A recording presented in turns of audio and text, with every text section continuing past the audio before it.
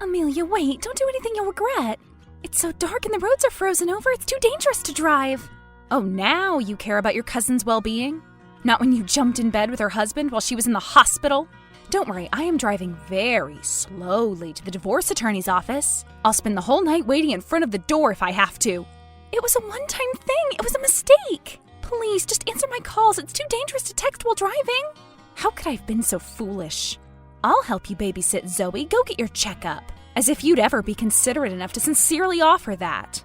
As if you'd actually consider giving me a helping hand. How can you say that? I am in Zoe's room right now, calming her down. She needs her mother. Please, come back. Get away from her. Where's Rick? Where did he run off to? He came after me, didn't he? He got into his truck and drove off somewhere. Ah, now I can see him. What in the world is he doing? I need to make it to the highway. Is he there with you? Please, hear him out. He's trying to run me off the road. Renee, call someone for help, please. Quick! What? Amelia? Are you okay?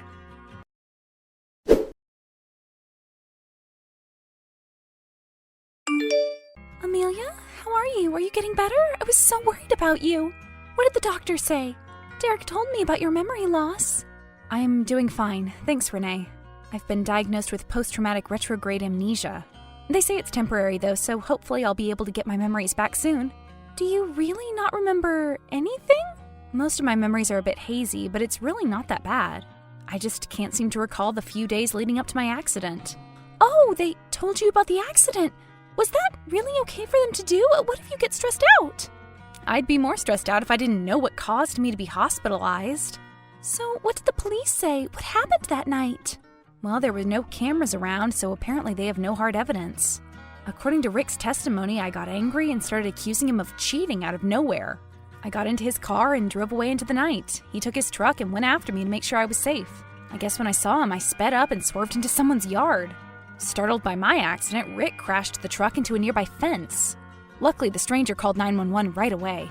It's so embarrassing to write all this out. I can't believe I was so reckless. I can't believe I left Zoe all alone. What was I thinking? Well, sometimes it's difficult to control our emotions. It happens. I suppose. Good thing I crashed into a tree and not a house or a garage. We really couldn't afford to pay them off. Rick's already pretty upset I damaged the cars.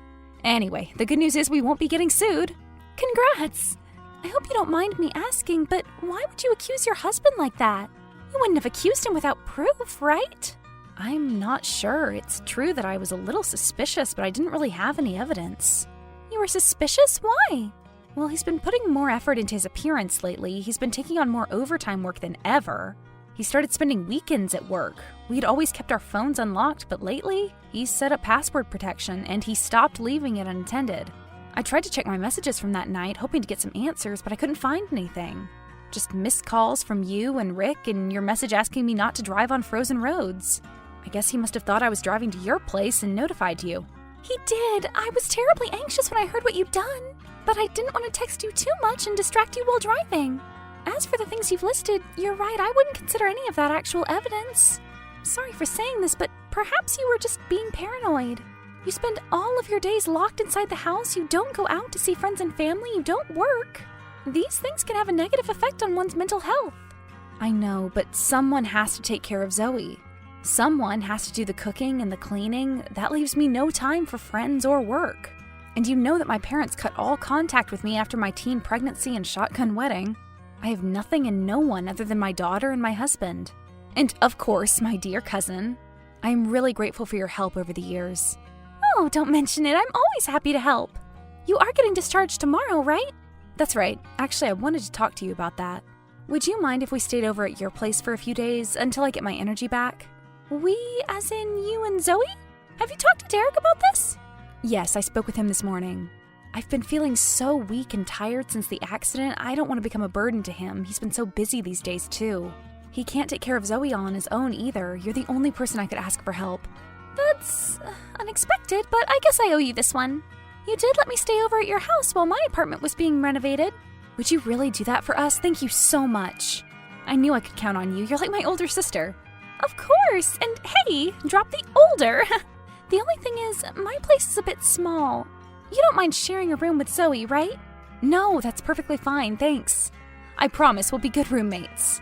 I'll even try to do some cooking and cleaning once the fatigue lessens. I'll hold you to that.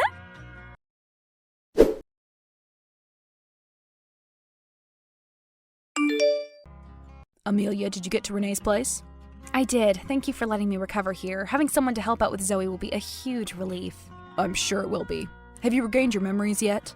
No, the doctor said the time it takes to get them back varies from person to person. I know what he said. I was there. You gave me quite the scare. Just let me know when you feel strong enough to leave the house. Strong enough to leave the house? Why? Are we going somewhere? I've been talking to the guys at work, and they all think we should use this experience as a learning opportunity. I don't get it. What do you mean?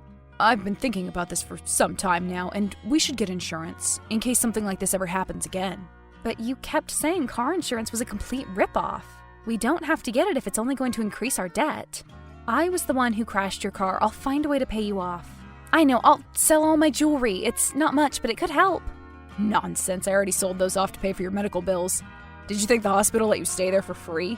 Besides, I'm not talking about car insurance, I'm talking about life insurance. Accidents happen and we should be prepared for them, for our daughter's sake. Oh, I see. I suppose that makes sense, but won't it be expensive? We'll go for the joint insurance policy. It'll be more affordable that way. We can discuss it more once you've recovered. Let's keep this between us for now. Sure, let's do that. Would you like to talk to Zoe? She's missed you. Another time. I have a lot to do right now. I still haven't found a reliable mechanic to fix the cars. I'm thinking of asking one of our high school friends for help. Remember Steve? Wasn't he good at this stuff? Steve, the infamous juvenile delinquent? He worked as a mechanic's assistant for only a few months, and, he was accused of stealing parts of the cars he helped repair. I know they're asking for a lot of money, but we'll be able to collect it eventually. Why don't you take the bus in the meantime? The bus? Are you kidding me? Do you know what'll happen if the guys at the gym see me arrive to work on a bus? They'll lose all respect for me. Just until the cars have been fixed, I promise I'll get the money however I can and pay for the repairs myself. Once I feel a bit better, I'll go and beg my parents if I have to. Okay, I like the sound of that. Do you think you could get them to pay off the entire bill? Will they really help us out? I know they refuse to contact us, but when I show up at their front door limping toward them, pleading for some money, I bet they'll give it to us. I mean, I am still their flesh and blood, right? Their only daughter. All right, that works for me. I'll take the bus and get off a few stops away. Say, walking's good exercise. Make sure to hurry up and get better soon. I'll try to.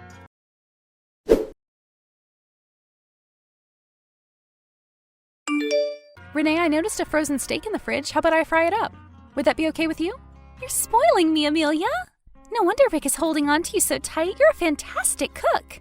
Pasta, fish, and now steak? At this rate, I might keep you as a roommate forever. I'd love to have steak for dinner. I froze it a week ago and completely forgot about it. Can you believe that? Should I bring anything to pair with it? I am just trying to repay your kindness however I can. It'd be great if you could get some sour cream for the mashed potatoes.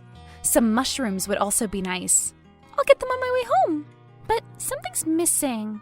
I know. I should grab some red wine as well. Wouldn't that be great? Oh, I am still not allowed to drink, but I won't mind if you do.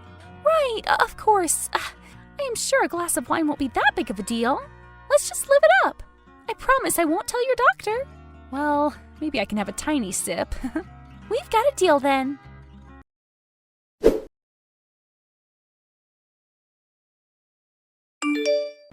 Derek, are you home? This is urgent. I need your help. Yes, I was just about to go to bed. What's wrong? Did that woman do anything to you? Did she regain her memories? I've told you 1,000,000 times. Don't worry, I've got a plan. No, it's my ring. It's missing. I didn't notice I'd lost it that night, but I just went through my purse and it's nowhere to be found. Which ring? I don't get it. The gold ring you and Amelia gave me for my 23rd birthday. She asked me about it a few days ago and I promised her I'd look for it. I've turned this place upside down, but it's nowhere to be found. What does any of that have to do with me? I think I might have dropped it when I stayed behind to watch Zoe that day. I gave her my purse to calm her down. Maybe she took the ring out of my purse and threw it somewhere. Ugh, that girl's such a nuisance. Couldn't you have entertained her with your phone?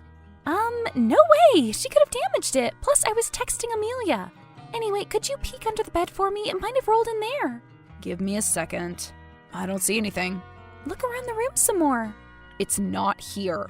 It's not visible anyway. Well, look harder. Watch your tone. I don't even let my wife boss me around. I am asking you to do a simple task. I should have come over myself. God, you're such a control freak. Why don't I get you on a video call and you can have a look yourself? Are you kidding me right now? How am I supposed to see a tiny ring on a video call? Plus, your wife is asleep in the next room. What if she overhears me talking? This early in the evening? What did you do, poison her? You'd have liked that, wouldn't you? Well, did you? I thought you didn't like getting your hands dirty. You can be honest with me, I'll help you cover it up. Do you mean that? Of course, we're partners in crime, remember? But this is too far for me. There are some lines you shouldn't cross.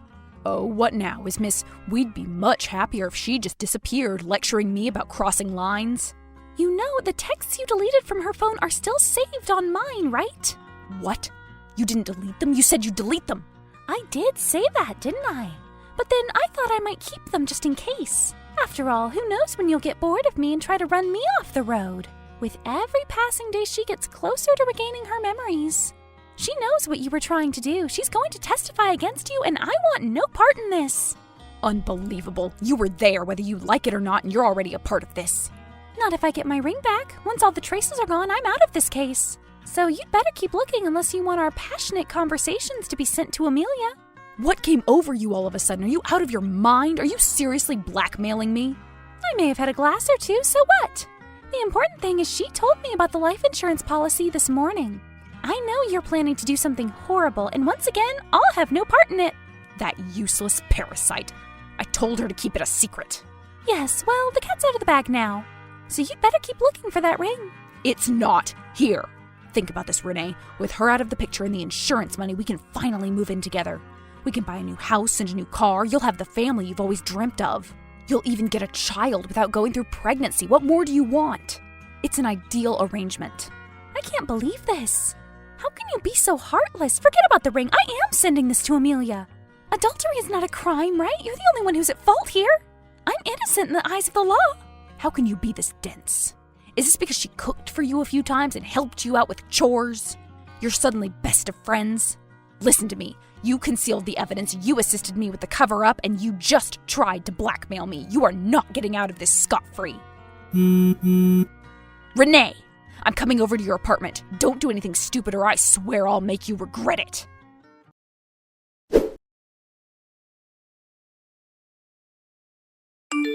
I was sleeping soundly next to my daughter when I was woken up by the sound of my husband banging on the door like crazy, demanding to speak with Renee, who appeared to be passed out on the table with her phone lying next to her. He kept screaming like a lunatic. I was terrified and called the police. As I was dialing 911, I noticed several texts from Renee. She confessed to trying to cover up the evidence that implicated Rick in my accident. She had also sent me screenshots of a disturbing text conversation between her and Rick that took place just an hour ago, as well as some of the earlier conversations detailing their affair. The police agreed to reopen the investigation into my accident. This time, they're charging Rick with attempted homicide, reckless endangerment, and aggravated assault. Unsurprisingly, he's denying it all. Good thing he was caught texting Renee on our nanny cam in Zoe's room. There's no doubt those texts were sent by him. What's surprising is that Renee claims she doesn't remember sending out those texts. It's really been a series of unfortunate events. Turns out poor Renee got really bad heartburn after dinner and reached in for her heartburn medication, which was kept right next to her sleeping aids. Same shape and all, you couldn't distinguish them from one another if you were sober.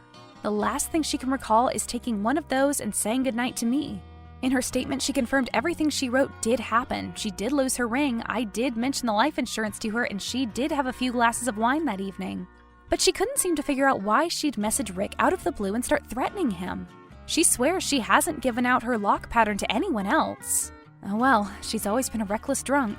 I am so happy my memories came back just in time for me to give my testimony. The investigators were able to cross-check my account of the events with the damage on both vehicles. Rick's always been such a miser. Of course, he couldn't bear the thought of wasting his money on the repairs. It was such a long and arduous court hearing. At some point, I could have sworn I caught a glimpse of my parents among the attendants. Once my divorce is finalized, I'm planning on selling the house in this nightmarish little suburbia that's destroyed all of my hopes and dreams and moving somewhere far away with my daughter. My smart little Zoe has yet to start talking, but she's so good at pattern recognition. She's able to draw them after just a few seconds of looking at the phone screen. Isn't she incredible?